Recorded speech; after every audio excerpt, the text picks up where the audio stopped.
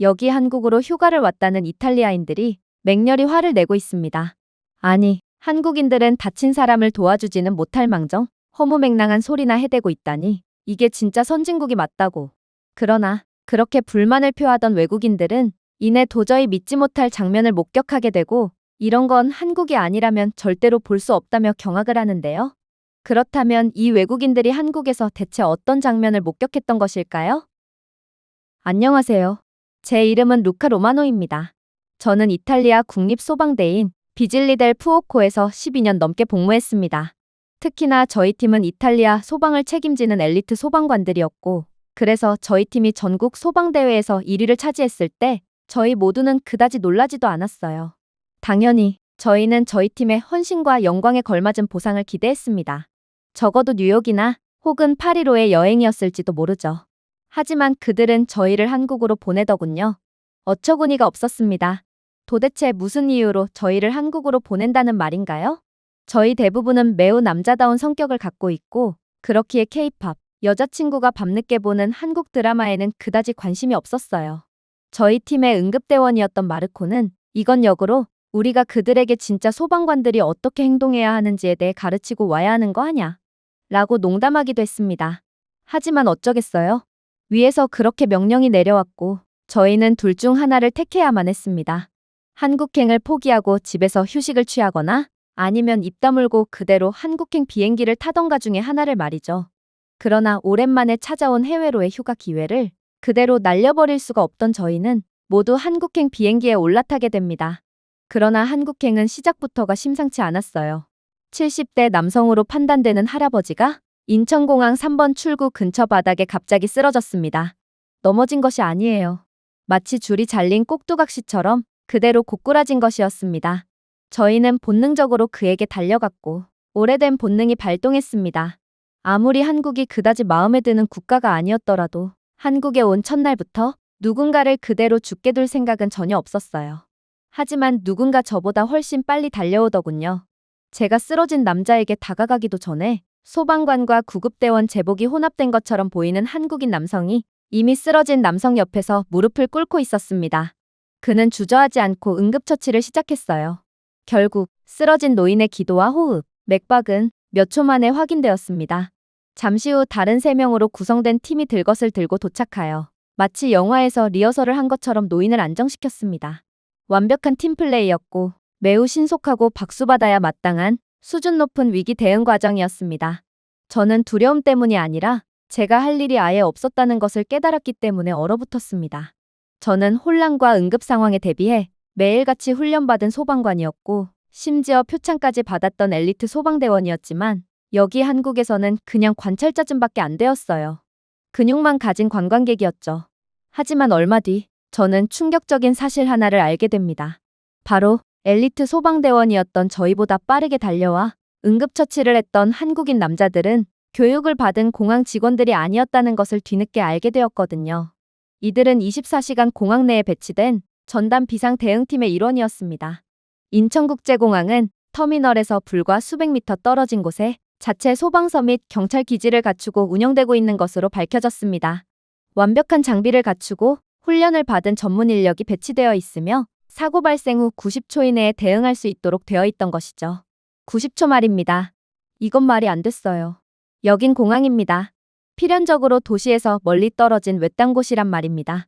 그런데 어떻게 이러한 비상상황 대비 시스템이 완벽하게 갖추어져 있을 수가 있나요? 이탈리아 공항에서는 누군가 쓰러지면 구급차를 부르는 게 의미가 없습니다. 당연하죠. 공항 근처에 아무런 긴급 대응 인프라가 없고 모든 인프라는 도심에 몰려 있으니 출동하는데 1시간 이상이 걸리거든요.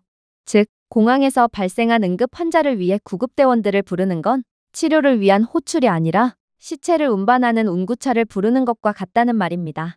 한 번은 이탈리아 공항 터미널에서 한 남자가 발작을 일으켰지만 공항 내부에는 비용의 이유로 필수 인력조차 갖추고 있지 않았기에 청소부가 걸레를 들고 먼저 출동한 적도 있습니다. 아무도 이 남자를 책임질 수가 없었어요. 그러나 인천에서 쓰러진 남성은 터미널을 떠나기도 전에 의식을 되찾았습니다. 전문 구급대원이 그와 함께 병원으로 동행했습니다. 한 한국인 행인이 그 남자의 아내에게 물을 제공했습니다. 또 다른 한국인 남성은 분명히 저희와 같은 여행자일 뿐인데 노인이 떨어뜨린 지갑과 스마트폰을 집어들고 부드럽게 먼지를 털어낸 후 양손으로 공손히 돌려주었죠. 거의 아름답게 설계된 드라마 세트 촬영장 같았어요. 이탈리아에서 온 저희에겐 도저히 현실적이지 않은 모습이었죠. 마르코는 이 전개를 지켜보던 중 숨을 헐떡이며 중얼거렸습니다. 지금 인천공항에서 긴급 대응 시뮬레이션 중인가? 만약 이탈리아였다면 일단 행인들이 쓰러진 사람의 귀중품부터 전부 훔쳐가고 말 거야. 솔직히 말해서 이탈리아는 자국을 서구 문명의 요람이라고 자랑하지만 공항에서 누군가 쓰러지면 도움은커녕 뭔가를 훔치지만 않으면 감사하게 여겨야 할 정도의 수준을 가졌습니다. 하지만 여기 한국에서는 그들은 긴급 대응을 시스템화해 놓은 상황이었고 모든 한국인들은 끝까지 높은 시민의식을 보여주며 당장의 사소한 이익 앞에서 인간이기를 포기하지 않았습니다. 그때 문득 떠올렸습니다. 어쩌면 한국에서는 긴급 대응이 대응이 아닐 수도 있을 것입니다. 이들에게는 그저 본능적으로 해야 할 당연한 과정이죠. 그리고 저는 오랜만에 소방관으로서 새로운 것을 느꼈습니다. 질투의 감정이었죠. 저는 이탈리아는 100년이 지나도 절대로 한국과 같은 모습을 보이지 못할 것을 그 누구보다도 잘 알고 있었거든요. 그렇게 저희 모두는 패배감을 느끼며 이동했습니다. 방금 공항에서 목격한 것들 때문에 여전히 멍한 상태였지만 아무튼 저희는 이왕 한국에 온 김에 한국을 온전히 즐겨야만 했거든요. 저희는 택시를 타고 서울로 이동하려고 했어요. 당연하죠. 이탈리아에서는 공항에서 도심까지 이동하는 교통수단은 택시밖에 없었거든요. 그러나 저는 곧 봐선 안 될 표지판을 발견하고 그대로 경악을 하고 말았습니다. 바로 인천공항에 설치되어 있는 다개국어로 전환되는 디지털 표지판은 인천공항과 바로 연결된 지하철 플랫폼이 근처에 있다는 사실을 알려주었거든요. 공항 근처가 아니었어요. 인접도 아니었죠. 공항 내부에 대중교통이 연결되어 있었습니다. 저는 그저 반신반의한 채 이동했어요. 공항과 대중교통이 연결되어 있다니 이런 건 들어본 적도 없습니다. 이탈리아는 로마에조차 썩 훌륭한 지하철을 구비하지 못하고 있는데 한국은 도심에서 떨어진 외딴 곳에도 대중교통 시설을 갖추고 있다니요. 그러나 그렇게 이동해본 결과 이곳 공항에는 정말로 지하철역이 존재하고 있었고 심지어 이탈리아의 웬만한 수술실처럼 깨끗하더군요. 부드러운 조명과 1초도 어기지 않는 정확한 열차 도착 시간을 보여주는 디지털 화면, 태블릿 PC가 장착된 유니폼을 입은 직원들이 외국인들의 질문에 정중하게 고개를 숙이고 질문에 답하는 모습, 그야말로 이상적인 모습이었습니다. 지하철이 도착하자마자 플랫폼의 스크린 도어가 완벽하게 정렬되었습니다. 이탈리아 지하철에는 스크린 도어 자체가 없지만 한국은 완벽하게 깨끗하고 잘 작동하는 스크린 도어로 승객들의 안전을 보장해주고 있었죠. 로마 지하철에서는 누군가 피자 상자를 선로에 던져버려서 지하철이 여러 차례 지연되곤 합니다. 저희는 종종 이탈리아 대중교통의 유지관리 예산의 절반이 내다 버린 모짜렐라 청소에 사용된다며 농담을 건네기도 하죠. 하지만 한국에서는 애초에 그런 쓰레기를 청소할 필요조차 없었던 것입니다. 하지만 저희를 정말로 경악의 도가니로 몰아넣었던 부분은 따로 있었습니다. 그건 바로 역내에 구비되어 있는 대기부스였죠. 부스 안에는 시원한 에어컨 바람이 부드럽게 순환하고 있었어요. 모든 좌석 아래에는 전자기기 무선 충전 포트가 구비되어 있었죠. 부드러운 배경음악까지 여긴 마치 미니멀한 VIP 라운지처럼 느껴졌습니다. 여기가 정말 대중교통이 맞는 거야? 엔조가 속삭였습니다. 추가 요금을 지불하지 않고 여기 앉아도 되는 거 맞지? 놀랄만 했습니다. 이곳은 마치 VIP들만이 입장이 허가된 공간처럼 느껴졌거든요. 그때 마르코가 소리를 지르기 시작했습니다. 마르코의 시선을 따라가 보니 근처에 자판기가 있더군요. 그리고 엔조는 이따위 평범한 자판기가 뭐가 그리 놀랍다고 소리를 지르냐며 마르코에게 핀잔을 주었는데요. 그러나 그런 엔조 또한 뭔가 이상한 점을 느꼈는지 이내 자판기를 유심히 쳐다보기 시작했습니다. 이 자판기는 빛나는 터치스크린, 다국어 인터페이스, 카드 결제, NFC, QR코드 스캔, 음성 안내 기능 등 모든 것을 갖추고 있는 최첨단 자판기였거든요. 동전을 먹고 제품은 주지 않는 이탈리아의 30년은 된 고물 자판기와는 차원이 달랐어요. 한국의 자판기는 외국인인 저희에게 자신이 판매하는 물건을 이탈리아어로 친절하게 설명해 주기까지 했거든요. 한국에서는 평범한 자판기마저도 수준이 달랐던 것입니다. 그리고 거기 있었어요. 저희의 삶을 완전히 바꾼 단 하나의 버튼 말이에요. 믹스커피 800원. 솔직히 저희 모두는 처음에 같은 생각을 하고 있었습니다. 믹스커피요? 이건 근본이 없는 구정물일 것이 분명합니다. 저희는 이탈리아인이에요. 에스프레소가 아닌 구정물을 마시는 건 용납할 수가 없는 행동이죠. 저희는 아메리카노조차도 허용을 못하는 사람들인데 믹스커피 따위를 마시는 건 말도 안 되는 일이었습니다. 하지만 결과적으로 제가 틀렸어요. 정말 영혼이 산산조각 날 정도로 틀렸습니다. 마르코는 호기심에 가득 찬 얼굴로 믹스커피를 주문했고 한 입을 맛본 뒤 묘한 표정을 지으며 저희 모두에게 맛볼 수 있는 기회를 주었거든요. 저는 화학 슬러지를 기대하며 한 모금 마셨지만 대신 극강의 조화를 맛보았습니다. 달콤하고 크리미하며 풍부하고 중독성 있는 블렌드로 완벽한 만족감을 선사했습니다. 마치 누군가가 저희의 장기간의 비행의 모든 피로를 종이컵에 녹여버린 것 같았어요. 엔조는 한 모금 마시고 신을 본 것처럼 눈을 감았습니다. 그러고는 말없이 자신이 마실 믹스커피를 2잔 더 주문하더군요. 마침내 지하철이 도착했을 때 저희는 각각 컵 2개씩을 들고 지하철에 올라타 있었습니다. 그리고 얼마 후 목적 지역에서 하차했을 때 저희는 전혀 예상치 못했던 일에 휘말리고 말았죠. 분명 한국의 지하철 객실 내부는 평온함 그 자체였습니다. 수준 높은 한국인들은 일체의 소란이나 혼란도 발생시키지 않은 채 침묵으로 객실을 밝히고 있었거든요. 그러나 저희가 지하철에서 내렸을 때 저희 근처에서 쿵 소리가 울려 퍼졌습니다. 마르코는 긴장했어요. 누군가 쓰러진 것 같아. 엔조는 저를 쳐다보았습니다. 이번에야말로 우리가 나설 차례 같은데? 공항에서의 실수를 만회하자고. 저는 고개를 끄덕였습니다. 또다시 오래된 본능이 발동되었습니다. 저희는 재빨리 소동 쪽으로 이동했어요. 한 젊은 한국 남성이 탈수나 저혈당으로 인해 기절한 것으로 추정되었어요. 그는 바닥에 누워 창백했지만 숨을 쉬고 있었습니다. 그런데 동시에 놀라운 상황이 일어나고 있더군요. 한국의 시민들은 대체 뭐 하는 사람들인지 이들은 이미 행동하고 있었거든요. 이들은 지하철에 비치되어 있는 빨간 십자가가 표시된 캐비닛을 열고 밀봉된 구급상자를 꺼냈습니다. 몇몇은 벽 쪽에 비치되어 있는 비상제세동기를 가져오기도 했어요. 결과적으로 비상제세동기는 필요하지 않았지만 한국의 시민들은 전문 응급요원도 아니었음에도 놀랍도록 전문적인 솜씨로 부상자에 대한 응급조치를 취하기 시작했습니다. 나중에 알고 보니 한국은 징병제 국가로 이들은 군대에서 기본적인 응급조치에 대해서는 전부 교육을 받는다고 했는데요. 그래서 한국인들은 사실상 모두가 예비 응급요원과 다름이 없던 것입니다. 그렇게 저희는 이번에도 늦어버렸죠. 하지만 한국인들의 비상대응 능력만큼이나 충격적이었던 부분은 따로 있었어요. 어떻게 지하철 같은 공공장소에 고급 응급키트가 구비되어 있을 수가 있는 것이며 이러한 인프라가 유지될 수 있는 건가요? 심지어 지하철 벽에 잘 보이는 곳에는 소화기와 방독면 등 화재를 대비한 장비까지 설치되어 있었고 이는 자물쇠도 없이 모두에게 개방되어 있었는데요. 그런데 한국인들은 이러한 고가의 응급 장비에 절대로 손을 대지 않는지 한국에서는 모든 응급 및 화재 도구가 그대로 유지되고 있었기에 이러한 정직에 대한 수혜를 전 국민이 보고 있었습니다. 그리고 이러한 말도 안 되는 모습을 보고 엔조는 다시금 몸을 숙여 속삭이더군요. 로마에서는 20분 만에 사라졌을 거야. 모든 것이 말이야. 소화기? 개방된 지 5분 만에 이베이에서 팔리고 있겠지.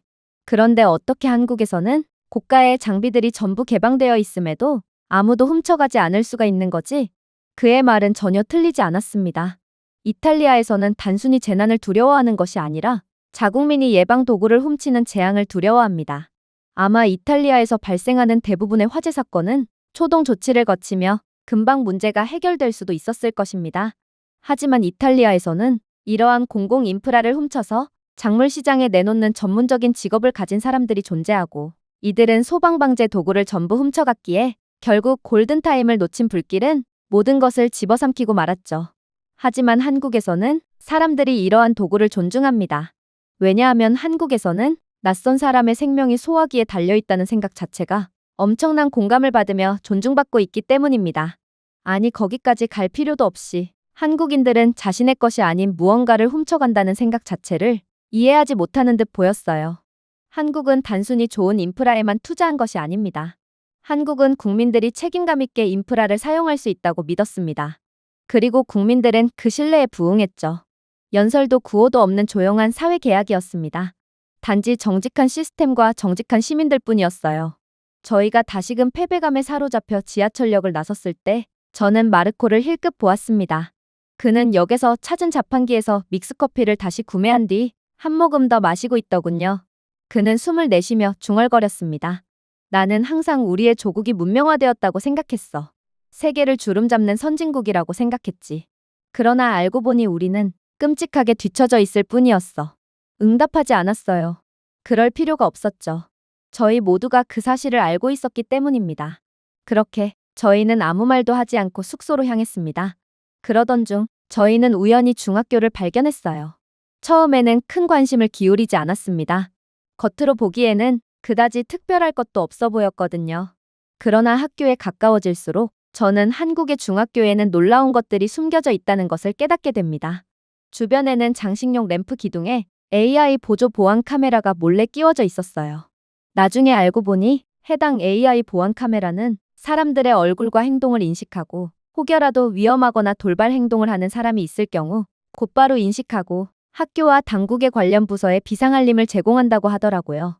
물론 당연히 이 기능을 통해 학교 내의 사각지대에서 발생하는 학교 폭력도 방지할 수 있는 최첨단 장비였습니다. 대부분의 국가들에서 학생들을 향한 범죄나 학교 폭력 문제는 엄청난 예산을 쏟아부어도 도저히 고칠 수가 없는 문제인데 한국은 기술력 하나로 이러한 다른 국가들에서는 천문학적인 예산을 쏟아부어도 해결에 실패한 문제를 단번에 고쳐버린 것입니다. 물론 한국의 학교 시설도 놀라웠죠. 운동장은 흙이나 아스팔트로 되어 있는 것이 아닌 잔디구장으로 꾸며져 있었거든요. 아무래도 한국은 제가 상상했던 그 이상으로 기술적으로 탁월하고 부자인 국가처럼 보였습니다. 그런데 그때 학교를 구경하던 마르코가 표정을 잔뜩 찌푸린 채 불평을 해오기 시작했습니다. 이런, 휴대폰 배터리가 다 닳았잖아. 이래선 사진을 찍을 수가 없는걸? 그러나 그의 불평도 잠시 놀라운 일이 일어나기 시작했어요. 막 하교를 하던 한국인 여학생 무리가 저희에게 관심을 보이더니 이내 인상을 잔뜩 찌푸리고 있는 마르코에게 영어를 구사하며 무슨 일이 있나요? 라고 물어왔기 때문입니다. 한국에서는 중학생조차 영어에 매우 능통했고 그렇게 저희는 영어를 구사하며 의사소통을 할 수 있었는데요. 그런데 이 여학생들은 저희에게 놀라운 말을 해오기 시작하더군요. 이건 제가 편의점에서 대여한 무선 충전 휴대용 배터리예요. 자녀 배터리가 조금 남았으니 사용 후에 편의점에 다시 반납해주세요. 알고 보니 한국에서 눈만 돌리면 찾아볼 수 있는 편의점에서 휴대용 무선 충전기 대여 서비스까지 제공하고 있던 것입니다. 그런데 만약 마르코가 무선 충전 휴대용 배터리를 반납하지 않는다면 모든 독박은 이 여학생이 전부 쉬게 될 텐데도 도대체 이 학생은 처음 보는 외국인인 그를 어떻게 믿고 자신이 대여한 무선 배터리를 기꺼이 내준 것인지 저는 한국인들의 신뢰에 문화의 기겁을 할 수밖에 없었습니다. 물론 저희는 호의를 당연하게 여기는 파렴치한 사람들이 아니었어요. 그래서 학생들에게 감사 인사를 한 뒤 배터리를 사용하고 반납을 하러 갔습니다. 그런데 한국 편의점에는 기이한 장면들이 펼쳐져 있더군요. 한국에서 편의점은 단순한 물건 판매의 역할만을 하는 게 아니었고 택배 배송, ATM, 전자레인지 등 거의 모든 일상생활을 수행할 수 있는 허브의 역할을 수행하고 있었거든요. 가장 놀라웠던 건 한국의 편의점은 약국의 역할까지 수행하고 있었던 것입니다. 이탈리아에서는 약을 구매하려면 몇 시간이나 떨어져 있는 약국까지 이동해야 합니다. 움직일 수조차 없을 정도로 아프면 약국도 갈 수가 없는 것이죠. 하지만 한국에서는 아플 때 눈만 돌리면 볼 수 있는 편의점 아무 곳이나 들어가서 약을 구매하면 됐어요. 말도 안 되는 수준의 의료 인프라였죠. 심지어 한국에서는 이 모든 것이 24시간 조용하고 효율적으로 작동하도록 설계되었습니다. 한국은 그야말로 상식을 아득히 초월하는 국가였던 것입니다. 그렇게 저희는 서울에서 더할 나위 없는 시간을 보냈습니다. 그리고 시간이 지나 저희는 도시가 아닌 한국의 구석구석을 탐험하기로 결심하게 되었죠. 한국은 꽤나 인상적인 곳이었거든요. 그래서 저희는 차량 하나를 렌트했습니다. 솔직히 궁금했어요. 반짝이는 공항과 첨단 지하철을 건설해 놓은 한국이지만 과연 이들은 외딴 지역의 고속도로마저 멀쩡할까요? 이탈리아의 경우 고속도로 곳곳에서 포트홀을 실제로 볼 수 있습니다. 그러나 예산 부족으로 인해 로마를 잇는 주요 도로가 아닌 이상 수리는 차일피일 미뤄지며 계속해서 사고를 유발하고 있을 뿐이죠. 그러나 그렇게 고속도로를 달리던 저희의 시선을 가장 먼저 사로잡은 것은 도로 표면 그 자체였습니다. 포트홀은커녕 균열조차도 하나도 없었어요. 색이 바랜 차선조차 하나도 없었죠. 나중에 알고 보니 한국의 고속도로는 LED 조명이 내장되어 있고 밤에는 차선 표시기에도 조명이 켜지며 운전자들의 안전을 보장해준다고 하더라고요. 그러나 제가 한국 고속도로에서 가장 충격을 받았던 부분은 따로 있었습니다. 그건 바로 고속도로 표지판이었죠.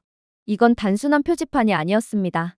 교통 상황, 기상 경보, 사고 지역 경고까지 실시간으로 업데이트되는 역동적인 디지털 패널이 각각 정확하게 표시되고 있었어요. 표지판은 곧 가벼운 비로 인한 미끄러운 도로 상황을 경고했는데 표지판이 경고한 지 1분도 채 지나지 않아 정말로 이슬비가 내리기 시작하더군요. 하지만 정말 놀라웠던 건 바로 한국의 대응 방식이었어요. 한국의 고속도로는 물을 흡수하고 타이어 분사를 줄이도록 설계된 다공성 아스팔트로 만들어졌기에 아무리 비가 내린다고 해도 아무런 문제 없이 이동할 수 있었거든요. 그렇게 저희는 계속해서 안전하게 목적지로 이동했습니다. 그리고 어느새 디지털 표지판은 휴게소가 얼마 남지 않았다는 정보를 알려주었고 그 휴게소는 현재 사람들이 얼마 없어서 쾌적한 상태를 유지하고 있다는 정보까지 알려주더군요. 안 그래도 저희 모두는 화장실에 가고 싶던 차였기에 지금 휴게소에 들르는 것이 좋아 보였습니다. 휴게소 건물은 무척이나 현대적이었고 고속도로 한가운데에 이런 깨끗하고 멋진 건물이 있다는 사실 자체가 믿기지 않을 정도였어요. 그리고 항상 새로운 것을 가장 먼저 시도하고 싶어 할 정도로 호기심이 강한 마르코는 자동차가 완전히 멈추기도 전에 뛰어내리려고 하더군요. 조심해. 저는 반쯤 경고했지만 당연히 그는 듣지 않았습니다. 흥분한 그는 전국 소방운영 평가 중에 왼쪽 발목을 다쳤다는 사실을 잊은 듯 차량이 멈추지도 않았는데도 조수석에서 뛰어내렸습니다. 분명 그는 엘리트 소방대원다운 멋있고 신속한 착지를 예상했겠지만 그의 발은 날카롭게 비틀린 채 어색하게 연석에 착지했고 결국 마르코는 극적인 비명을 지르며 방금 총에 맞은 것처럼 발목을 잡고 바닥에 구겨졌습니다. 한번 외마디 비명소리를 내지른 마르코는 더는 비명소리를 지를 기력조차 없는지 얼굴만 붉어진 채 꺽꺽거릴 뿐이었어요. 저희는 분명 이러한 부상자를 구하는 역할을 수행하는 소방대원이었지만 솔직히 지금 상황에서는 무엇을 해야 할지 도저히 감이 안 오더군요. 여긴 휴게소였어요. 도심과는 한참 떨어져 있고 그냥 도로 한가운데에 있는 섬 같은 곳이었죠. 당연히 의료시설이 있을 리가 없었고 렌터카에서 의료기기를 기대하는 것도 말이 안 됐습니다. 엔조는 고전적인 질문을 내뱉더군요. 이제 어떻게 해야 하지? 글쎄, 그를 병원으로 데려가야 하지 않을까? 라고 제가 말했습니다. 고속도로에서? 엔조가 쏘아붙였습니다. 어떻게? 헬리콥터라도 불러서 그를 실어 가자는 거야? 발목이 끊어진 것 같아. 제발 헬리콥터를 부를 수만 있다면 불러줘. 마르코가 힘없이 제안했습니다.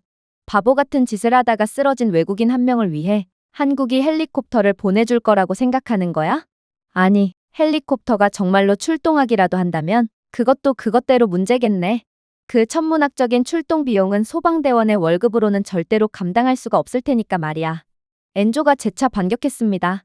저희는 그렇게 1분 동안 티격태격했고 엘리트 소방대원이라는 직업이 무색하게도 아무것도 하지 못한 채 부상당한 마르코를 그대로 방치하고 있었어요. 그런데 그때 어떤 목소리가 저희의 싸움을 방해했습니다. 부드럽고 예의 바른 영어가 날아들었어요. 당신, 괜찮나요? 괜찮으시다면 제가 당신을 도와드릴 수 있을 것 같아요. 저희는 깔끔한 휴게소 유니폼을 입고 무전기와 태블릿처럼 보이는 기기를 들고 있는 젊은 한국인 직원을 보았습니다. 그리고 그녀는 마르코의 발목을 힐끗 쳐다보더니 곧바로 빠른 한국어로 무언가를 전파하더군요. 몇 초 만에 작은 전동카트가 도착했습니다. 한 명은 휴대용 보조기를 들고 있었고 다른 한 명은 휠체어를 펼치고 있었어요. 저희는 놀란 표정으로 마르코를 부드럽게 들어올렸고 도대체 지금 무슨 일이 일어나는 건지 몰라 황당해할 뿐이었습니다. 잠깐만요. 어디로 데려가는 거예요? 제가 물었습니다. 저희는 병원으로 갈 거예요. 직원이 미소를 지었어요. 뭐라고요? 엔조가 짜증스럽게 반응했습니다. 저는 그의 반응을 이해했습니다. 이건 말이 안 되는 상황이었거든요. 병원을 간다고요? 도심까지 십수시간이나 휠체어를 밀면서 이동하겠다는 건가요? 아니면 이곳 휴게소에 병원이 있다는 말도 안 되는 소리를 하겠다는 건가요?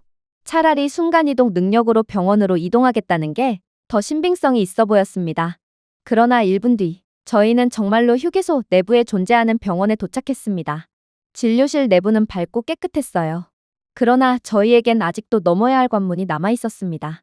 마르코의 발목이 정말로 끊어진 게 아니라면 저희는 몇 시간 혹은 며칠 동안 기다린 끝에 겨우 의사를 보게 될 거거든요. 그게 바로 이탈리아 의료의 현실이죠. 그러나 한국에서 마르코는 대기 시간 없이 곧바로 의사를 맞이할 수 있었습니다. 마르코는 엑스레이로 발목을 스캔받았고 곧바로 진단 결과를 받을 수 있었어요. 경미한 인대 염좌였습니다. 놀라웠어요. 이렇게나 빠르게 의사를 볼 수 있는 나라는 한국이 유일할 거예요. 아니, 애초에 휴게소에 병원이 존재하는 것 자체가 한국의 세계 최고의 의료 인프라를 여실히 증명하고 있었죠. 마르코가 멍청한 짓으로 발목을 다친 지 15분 후 저희는 처방전을 들고 밖으로 나가고 있었습니다. 그리고 효율성이 최고조에 달했다고 생각했을 때 모퉁이를 돌자 약국이 보이더군요. 약국은 마치 고급 부티크처럼 보였습니다. 이탈리아 약국에서 흔히 볼 수 있는 시장통 같은 혼란은 전혀 없었고 공급 부족으로 인한 긴줄도 없었고 시끄러운 소리도 없었습니다. 차분한 음악과 깨끗한 카운터, 그리고 깔끔한 흰색 코트를 입은 약사만 존재하고 있었죠. 저희는 그에게 처방전을 건넸고 그는 단 한 번의 질문도 하지 않고 약을 준비했으며 영어로 된 명확한 설명서를 인쇄한 다음 일일 복용량을 개별적으로 정리한 진곡 밀봉 파우치를 건네주었습니다. 이탈리아였다면 아무런 설명서도 제공받지 못할 것이고 일일 복용량으로 세분화된 약도 절대로 받을 수 없었을 것입니다. 정체 모를 약을 뭉텅이 채로 던지듯 받고 뒤에서 줄을 기다리는 인파들에 의해 쫓겨나듯 약국에서 튕겨져 나가겠죠. 그러나 한국에서는 모든 서비스가 기본적으로 제공되고 있었어요. 물론 이곳에서도 한국인들의 믿을 수 없는 호의가 존재했죠. 한국인 약사는 몸을 기울이며 말했습니다. 글쎄요, 처방전을 보니 환자분은 그렇게까지 고통스럽지는 않으실 텐데 지나치게 아파하시는군요. 다른 한국인 환자분들은 똑같은 부상에 그렇게까지 고통을 호소하지는 않거든요. 그래서 당신을 위해 가벼운 통증화나 패치와 발목 테이프를 추가했습니다. 추가 요금은 없으니 안심하세요. 저는 약사로서 그렇게나 고통을 호소하는 환자들을 보면 그냥 넘어갈 수가 없거든요. 저는 웃음을 터뜨릴 뻔했습니다. 이탈리아에서는 보너스 케어 패키지는커녕 적절한 약을 제공받으면 운이 좋다고 생각합니다. 모든 시스템이 주먹구구식인 이탈리아에서는 가끔 약을 부족하게 지급하는 경우도 있거든요. 또한 한국인 약사에 따르면 마르코는 지금 엄살을 부리고 있다는 뜻이었기에 저희 모두는 최강 소방팀원으로서의 자존심도 없냐며 마르코를 향해 비난을 퍼부을 뿐이었어요. 짓궂은 엔조는 일전에 마르코가 그랬던 것처럼 바닥에 주저앉아 살려달라는 마르코의 울부짖음을 재현했죠. 마르코는 얼굴이 홍당무가 되어버렸습니다. 호의를 받았으니 화를 낼 수도 없고 그는 어찌할 바를 몰라 완전히 얼이 빠지고 말았죠. 물론 가격은 더욱 저희를 황당하게 만들었습니다. 약값은 겨우 8,000원이었거든요. 마르코는 울 것만 같았습니다. 이건 말도 안 돼. 그간의 내 이탈리아에서의 삶은 통째로 부정당하고 있어. 그가 속삭였습니다. 이탈리아에서는 병원에 가는 것을 전쟁 준비하듯 대합니다. 비용, 서비스, 대기시간, 모든 게 최악이죠. 그러나 한국에서는 잘 운영되는 도서관을 방문하는 것 같은 기분이 들었고 약사에게 호의까지 받아버렸죠. 그리고 다시 한번 한국은 이에 대해 자랑하지 않았습니다. 그냥 인간으로서 당연한 도리를 한 것처럼 매우 조용했죠. 마침내 저희가 부산에 도착했을 때 저희는 서울에서는 느끼지 못했던 것들을 느끼게 됩니다. 서울에 있을 때는 모두가 몸이 건강한 정상이었기에 장애인을 위한 인프라를 느낄 수가 없었지만 지금은 엄살이 가득한 마르코와 함께였습니다. 그런데 한국의 모든 지하철역 입구에는 엘리베이터가 있었고 장애인을 위한 촉각 경로가 명확하게 표시되어 있었으며 휠체어와 유모차를 위한 자동 문열림 센서도 있더군요. 엘리베이터의 위치를 실시간으로 보여주는 표지판이 존재했고 버스 정류장에도 작은 경사로와 압력 감지 탑승 패드가 있어 운전자에게 이동이 제한된 사람이 탑승한다는 신호를 보낼 수 있었습니다. 물론 가장 놀라웠던 건 역시나 한국인들 그 자체였죠. 마르코가 천천히 횡단보도를 통과하자 반대 방향에서 달려오던 한국인 고등학생이 중간에 멈췄고 마르코를 부축해 주었거든요. 저희는 마르코를 돕지 않았어요. 그저 먼저 횡단보도를 통과한 뒤 그러고도 이탈리아의 자랑스러운 소방대원이 맞냐며 엄살을 부리는 그에게 따가운 시선을 보낼 뿐이었죠. 그러나 정작 그를 도운 건 저희가 아닌 생전 처음 보는 한국인이었던 것입니다. 제 조국과 대조하지 않을 수 없었습니다. 개인주의 문화가 극심한 이탈리아에서는 절대로 대가 없이 남을 돕는 법이 없습니다. 엘리베이터요? 추후 공지가 있을 때까지 영원히 고장나 있고 애초에 이탈리아는 한국처럼 엘리베이터를 어디에서든 찾아볼 수 있을 정도로 부유한 국가가 아니에요. 그늘진 벤치에서 잠시 휴식을 취하던 마르코는 저를 바라보며 이렇게 말했습니다. 이탈리아에서 부상을 당하는 것은 정말 피곤한 일이야. 그런데 여기 한국에서 나는 마치 초능력이 생긴 것 같아. 한국인들은 다들 내게 먼저 도움을 베풀어 주거든. 한치의 예외 없이 말이야. 이게 초능력이 아니면 뭐야? 이탈리아에서는 절대로 경험할 수 없는 것이잖아. 그리고 저는 인정해야 했습니다. 그가 옳았습니다. 며칠 후 저희는 다시 인천국제공항으로 돌아왔습니다. 한국인들의 응원 덕분인지 마르코의 걸음걸이는 이제 꽤나 멀쩡해 보였어요.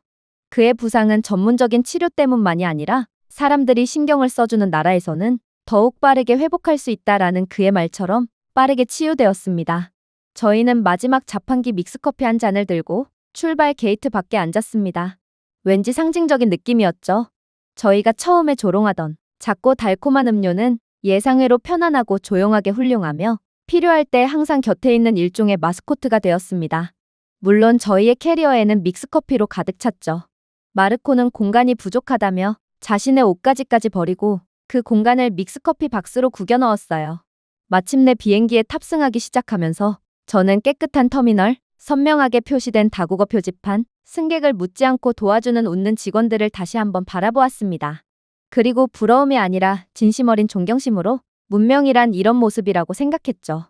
저희는 한 수 가르쳐주는 것을 생각하며 한국에 왔습니다. 하지만 대신에 저희는 많은 것들을 배웠죠. 그리고 그 교훈은 단지 화재 안전이나 응급 절차에만 국한되지 않았습니다. 그것은 국가가 신뢰를 바탕으로 어떻게 신중하게 사려 깊은 설계로 운영될 수 있는지에 관한 것이었어요. 아마 이탈리아는 죽었다 깨어나도 한국처럼 못하겠죠. 한국은 이미 아득하게 높은 경지에서 저희 모두를 내려다보고 있었던 것입니다. 제가 준비해온 내용은 여기까지입니다. 끝까지 시청해주셔서 진심으로 감사드리며 여러분들의 구독과 좋아요, 알림 설정은 영상 제작에 큰 힘이 됩니다. 이상 세모튜브였습니다.